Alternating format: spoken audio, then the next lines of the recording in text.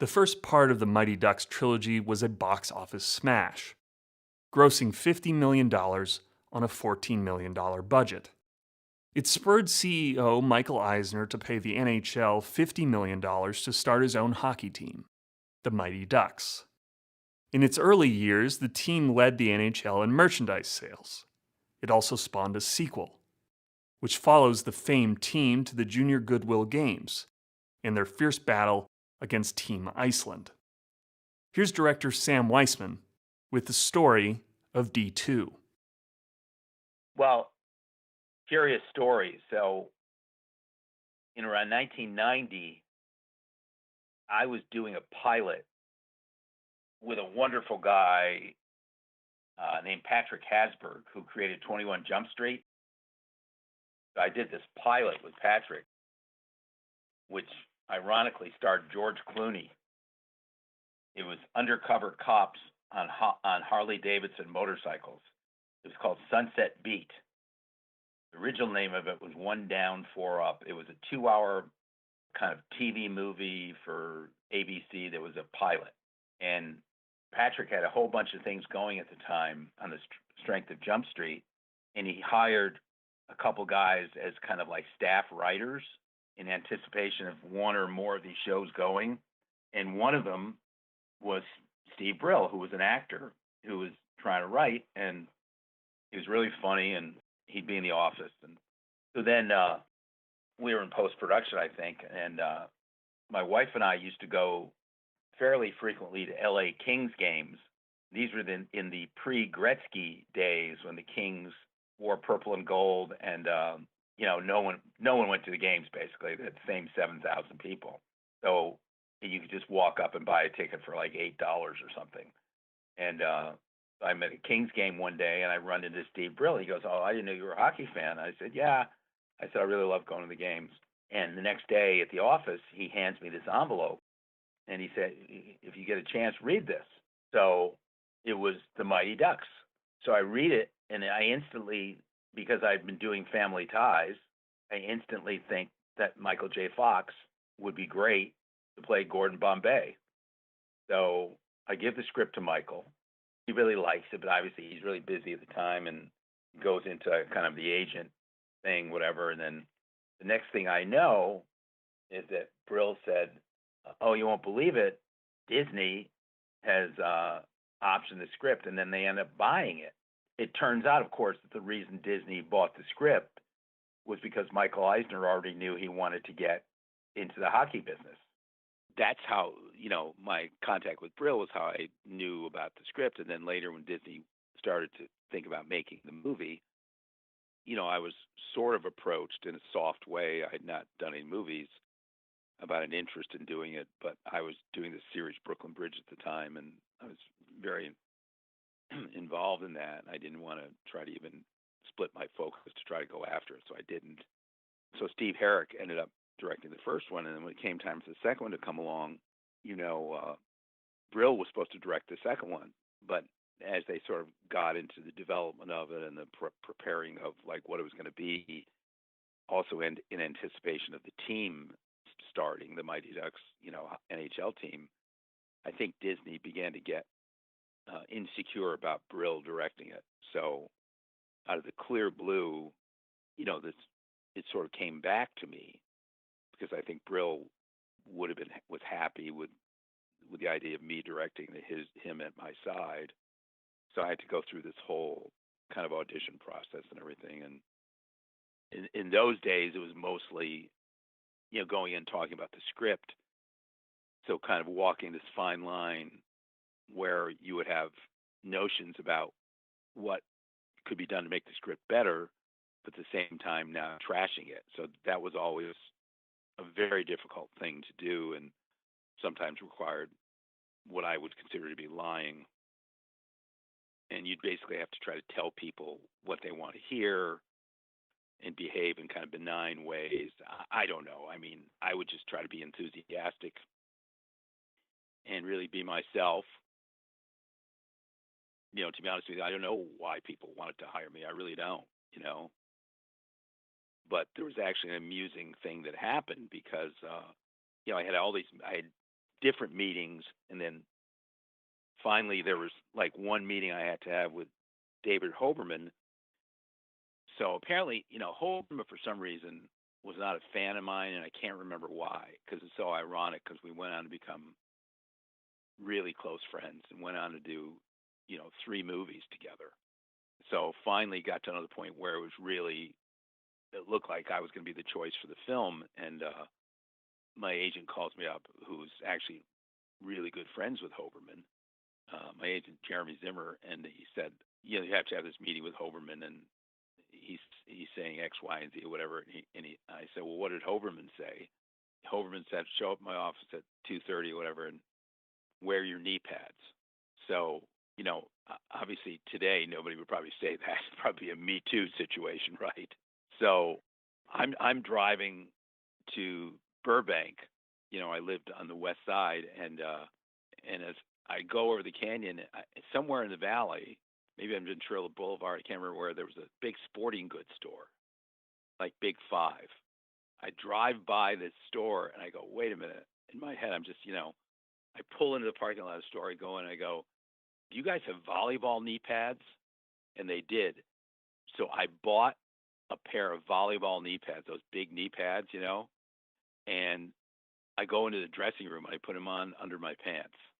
And I go in to Hoberman, and, he's kind of very cool, and it's just me and him. And he goes, okay, so tell me again why you want to do this movie. And it was sort of like, tongue-in-cheek a little bit or whatever. And so I said, well, and I said, wait a minute, hang on one second. So I get up, and I roll up my pants so the knee pads are visible. I go, okay, now I'm ready. And he starts fucking laughing, and he goes, okay, let's do this. And that was, how I got hired. And then meet with Emilio and all that, which was great. And then literally I found myself thrust in the movie. Like literally the next day I was on a plane to Minneapolis. I mean, it was pretty cool. There was a script, but it was unshootable.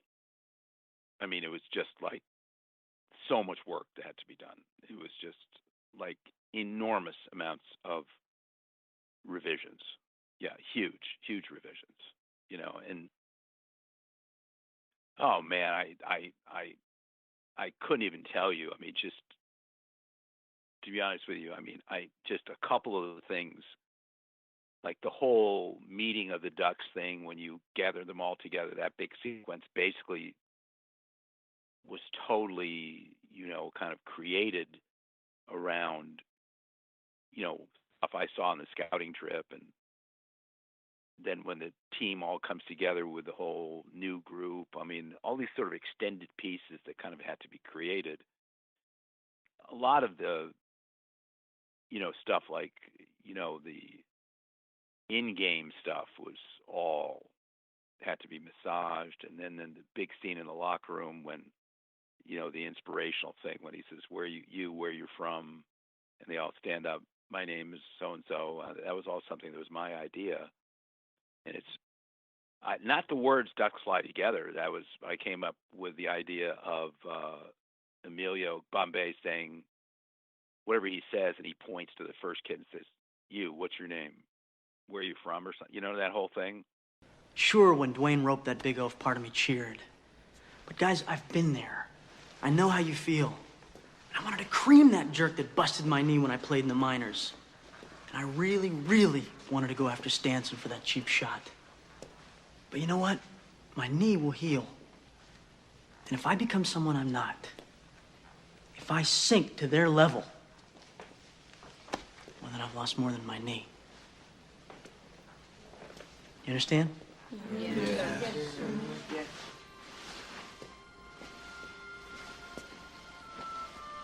We're not goons. We're not bullies. No matter what people say or do, we have to be ourselves. You. Who are you? Dean Portman, From where? Chicago, Illinois. You. Guy Germain, From where? St. Paul, Minnesota. You. Jesse Hall from Minneapolis, Minnesota. Who are you? Julie Gaffney from Bangor, Maine. Luis Mendoza, Miami, Florida. Greg Goldberg, Philadelphia, Pennsylvania. Les Averman, Brooklyn Park, Minnesota. Fulton Reed, Stillwater, Minnesota. Russ Tyler, South Central Los Angeles. Charlie Conway, Minneapolis, Minnesota. Ken Rue, San Francisco, California. Connie Moreau, Minneapolis, Minnesota. Adam Banks, Edina, Minnesota. Dwayne Robertson, Austin, Texas. Michelle McKay, Duluth, Minnesota. And I'm Gordon Bombay, Minneapolis, Minnesota. We're Team USA, gathered from all across America. And we're gonna stick together. You know why? Because we are ducks, and ducks fly together. That's right, Jan. And just when you think they're about to break apart, Ducks fly together! And when the wind blows hard and the sky is black, Ducks fly together! And when the roosters are crowing and the cows are spinning circles in the pasture, okay, Ducks fly together! and when everyone says it can't be done, ducks fly together. And when he gets them all stand up and say their names and where they're from, that was my idea, which I'm positive Brill would agree with.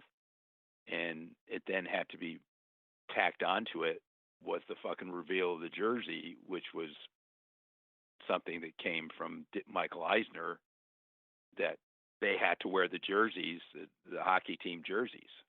And that was dropped on a phone call, and Eisner was on speakerphone, and I never forget him saying to Jordan Kerner, because Jordan was trying to say, well, you know, how are we going to do this? It doesn't make any sense. And Eisner said, this isn't a conversation. So the whole thing of Jan, who was a wonderful guy, Jan Rubisch, hiding the jersey under his jacket or whatever was, you know, something that I came up with. And Now, new ducks and old ducks must unite under a new banner. And I thought perhaps something like this.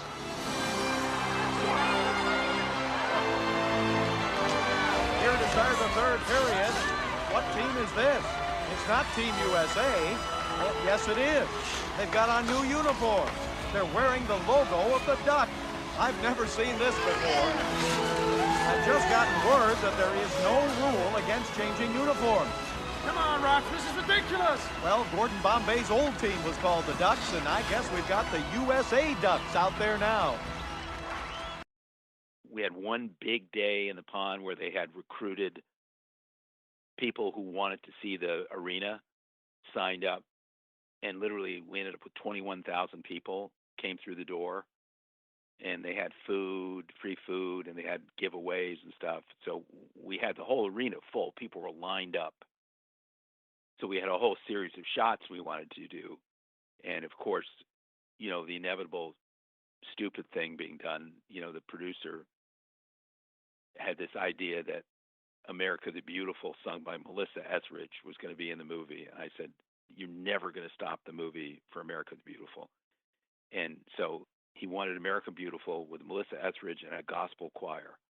So we had this gospel choir, and Melissa Etheridge had to do this whole fucking thing that took a couple hours of what essentially was a straight, I think, an 8-hour day, you know, because we were doing like they call European hours with no lunch break.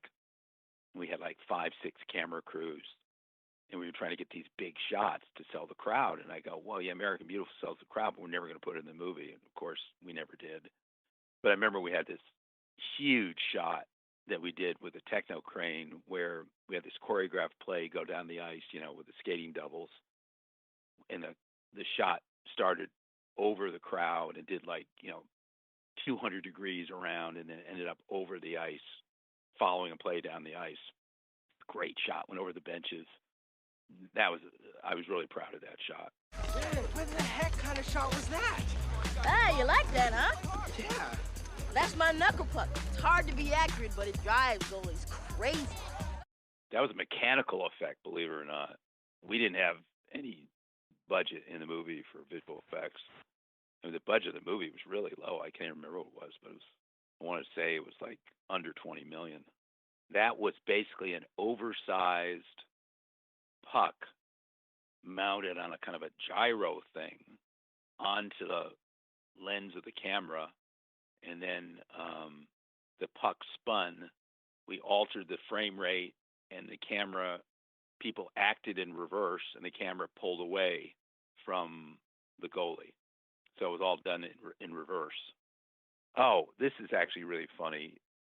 When we tested the movie for the first time, it was a Cineplex in Burbank, and all the Disney execs. And this is the days with Eisner and Katzenberg, and everybody's there, and everyone's like super nervous because this is Eisner's baby. He, by the way, came to the big day in the pond in Anaheim. He was there for about half the day during the shooting with all those 20,000 people, and he was like, happier than a pig in shit.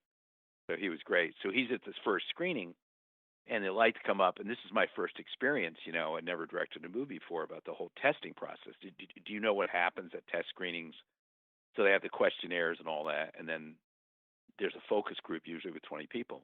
And in this case, Eisner says, let's not stay for the focus group. Come on, let's go to the restaurant. And of course, I wanted to stay for the focus group, and I sort of like immediately say, can't. And then the producers say, shh, be quiet. Michael wants to go to the restaurant. And I'm thinking to myself, what the fuck does that mean? Go to the restaurant. And Eisner goes, Sam, walk with me, right? And I'm thinking to myself, this is literally what went through my mind. The restaurant is some sort of mob euphemism for cement overshoes, or you know what I mean? It's like literally, I have no idea what they're talking about. So he leads me through like tunnels, like heating tunnels or whatever they are, underneath this shopping center, and he's talking a mile a minute, and I can't even keep up with him. He's like really tall, 6'4", and we go up through kitchens and shit like that. We go up to this restaurant where they had, again, pre-ordered food, almost like Christ-like, Christ and the apostles, long table set up, and certain seating arrangement, right? Eisner's in the middle of the table, and he wants me right opposite him, and Katzenberg and everyone else are arranged sort of in descending order away from the center, and there's like plates, huge platters of Italian food, and Eisner says, I only have, 50 minutes. He said, so if you don't mind, I'm going to eat while we talk. And then, he would basically ask his questions or whatever, and then it was all very congenial, and then he left, and then when he left, everyone kind of moved up in seats, like Katzenberg moved into his seat, you know what I mean? It was really funny. But, most of the stuff they said was extremely helpful, and all of it really, and, they're very astute guys, but it was pretty funny, my naivete at how the whole process worked.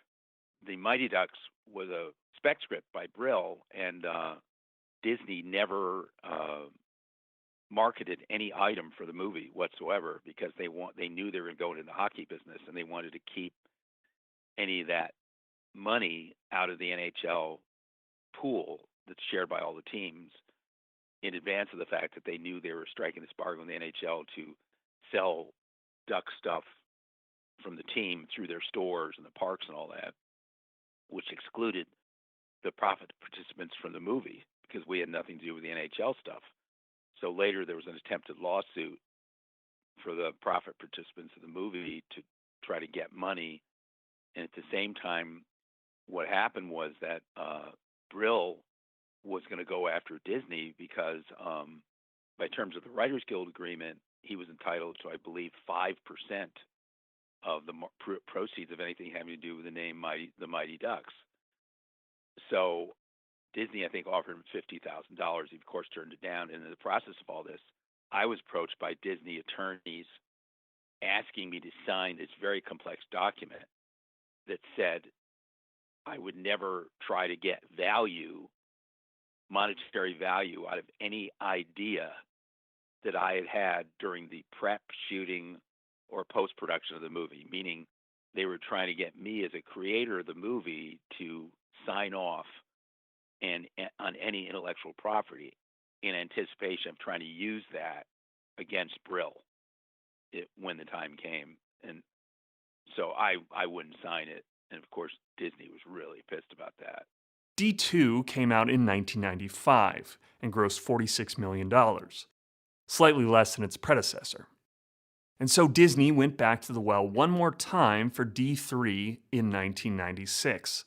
This time we follow the team to a Minneapolis prep school, where they do battle against the elite varsity team. Director, Robert Lieberman. Emilio Estevez didn't want to do it. He didn't want to do a third Mighty Ducks movie, so Disney made a deal with him. And the deal was, if you'll just give us a couple of days of your time so we can put you on the one sheet, basically. If you'll just appear in the movie for a couple of days, we'll finance one of your little independent films. And so he went off and did, I think, the film on Robert Kennedy or something with Disney money. And he showed up for a couple of days, and we shot the scenes where the opening scenes, and where he basically says, I can't be with you, so I can't be with you at the school. And then at the end where he comes and he makes the argument for them to play the upperclassmen and to be given equal rights. And we shot that in just a couple of days. And I became very close personal friends with Emilio, terrific guy, great guy. And my manager sent me out on an interview at Disney. They were looking for a director for the third in the trequel.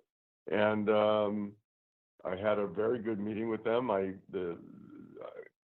They quite liked my representation. I said, what I'd like to do is I'm not going to reinvent your franchise. You've got a successful franchise here. You don't need a director coming in and tinkering around with it and trying to make it something that it isn't.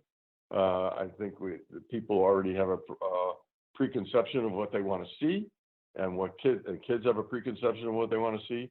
All I'd like to do is I'd like to take the Mighty Ducks franchise, paint it on the outside of a balloon, and then just blow up that balloon just a little bit bigger.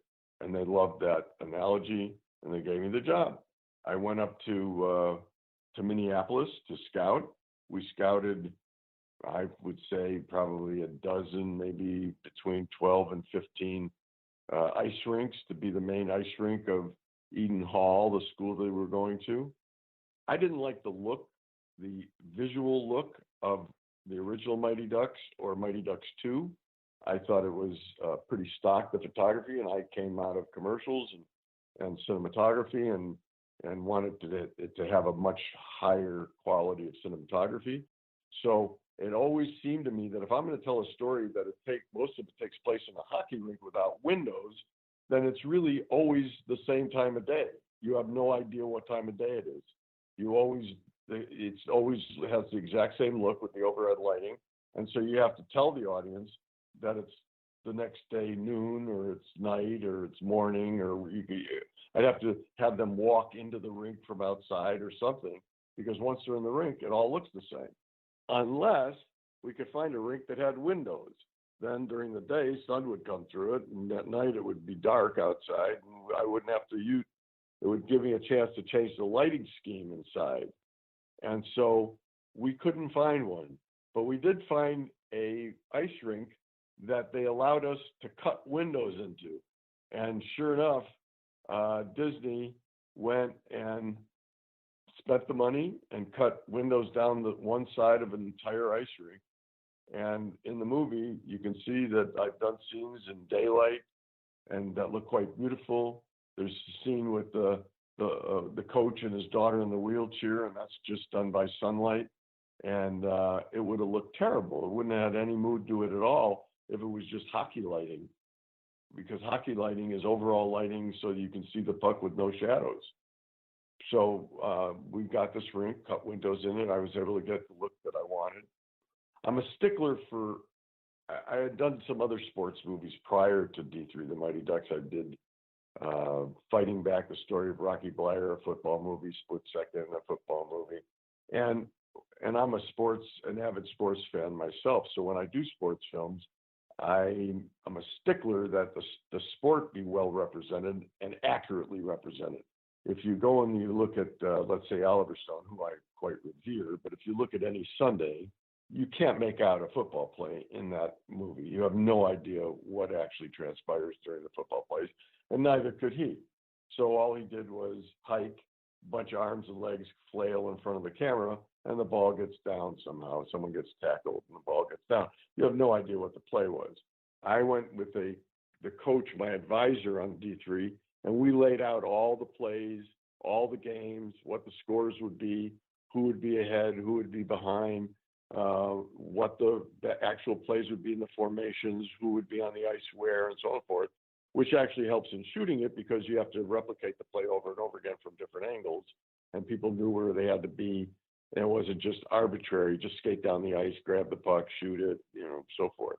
So I had about 60 some odd plays in a big playbook that we would pull out, and we all replicate these plays so that when you watch Mighty Ducks 3, unlike the other two films and unlike other hockey films, you can actually follow the puck. You actually know who has the puck, what the play is, where they're going, where they are.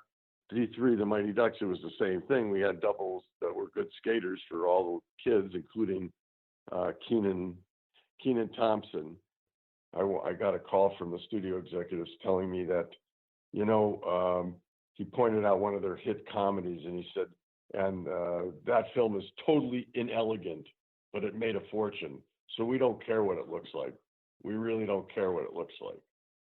I know you don't, but I do. My name's on it, so I worked hard to give it a look. David Hennings was my cinematographer on it and did a wonderful job.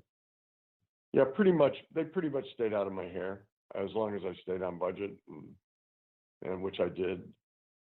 It was a really interesting, very challenging, but fun experience for me to be up in Minneapolis for all those months. It was hard to stay healthy because it was like in the summer, we shot in the summer. In Minneapolis, the temperatures were like 98 degrees, 97 degrees. But to go into the ice rink for the day, you'd have to wear big Canada Goose, silk underwear and Sorels and all kinds of winter gear because you're going to be in this ice house all day long. So walking from your trailer to the place, you're like sweating like a pig because it's so hot out and you're bundled up. And then you get in and all that sweat freezes. So it's, it's quite challenging. And but the cast was remarkable, and Josh Jackson, a terrific guy, really wonderful young kid who I befriended and got close with. And like I said earlier, I'd worked extensively with children, so this was my forte, and I loved it. And I did what I said I was going to do, which is just make it a little bit bigger than the other two and a little bit ballsier than the other two. And Michael Eisner confided in me, even though it didn't gross as much as the first one, it did quite well in the box office. And he said that of the three, mine was his favorite, which, that and nickel gets you nothing. But it did make me feel good that the head of the studio respected my work. D3 only grossed a little over $20 million at the box office. But the last entry of entertainment standing from the Mighty Ducks was the Mighty Ducks animated series, which lasted from 1996 to 1997. We covered this on a previous episode on the Disney Afternoon, so we will just cut to that here so you don't have to go find it. The original Mighty Ducks movie was made because Eisner's kids liked hockey. So it got a green light, and based on the success of the movie, which the company termed market research, Eisner bought an expansion NHL team and promptly named them the Mighty Ducks. And with that purchase came an addition to the television lineup. The Mighty Ducks, the animated series, premiered in September 1996, and Joe Baruso, an animation veteran, served as a director and supervising producer.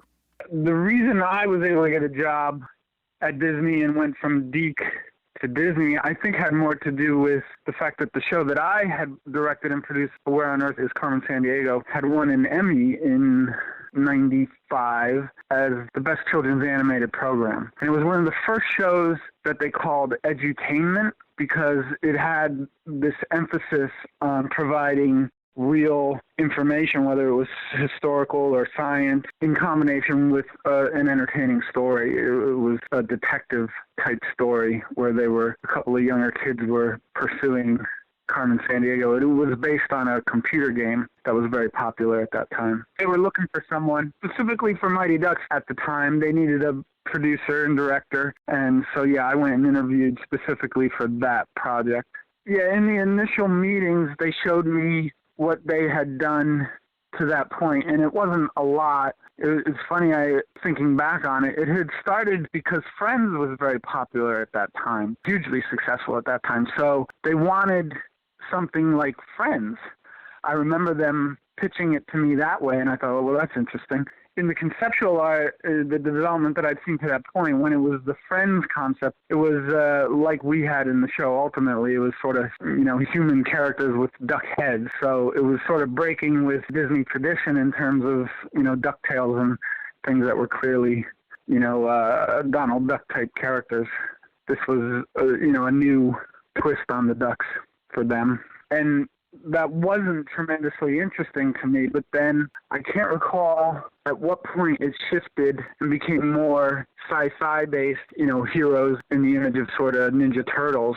And that's when David Wise, the editor, came on board. It was clear it was going to go that direction. He had a great deal of experience with Ninja Turtles, editing those shows. So he brought all that thinking and that expertise in terms of that particular genre and going that direction. He brought all that.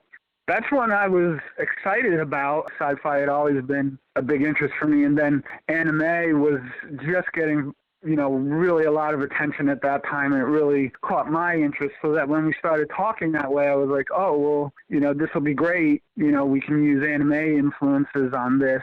But yeah, I think, the old school that was there, because it was ducks, was a little uncomfortable. But our character designer, Greg Guler, he had a long-standing relationship with Disney TV, and so he had done it all. He really knew it inside out. So at the same time, he had a great interest in superheroes. His background, he had originally come from comic books.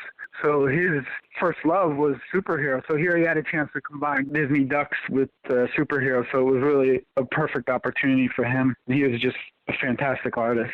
So it all sort of came together. I was relieved that it was moving away from sort of a Friends sitcom to something more sci-fi and hero-based. All our influences in terms of doing the art were harder edged. We never really got to go as far in that sci-fi direction as we would have liked to. But the way it's done is in terms of the development and art direction, it's sort of a consensus. So, you have to put it in front of a whole bunch of people. And, that included, at that time, Michael Eisner and Michael Ovitz. We had meetings where they reviewed the artwork, and so they would have their input.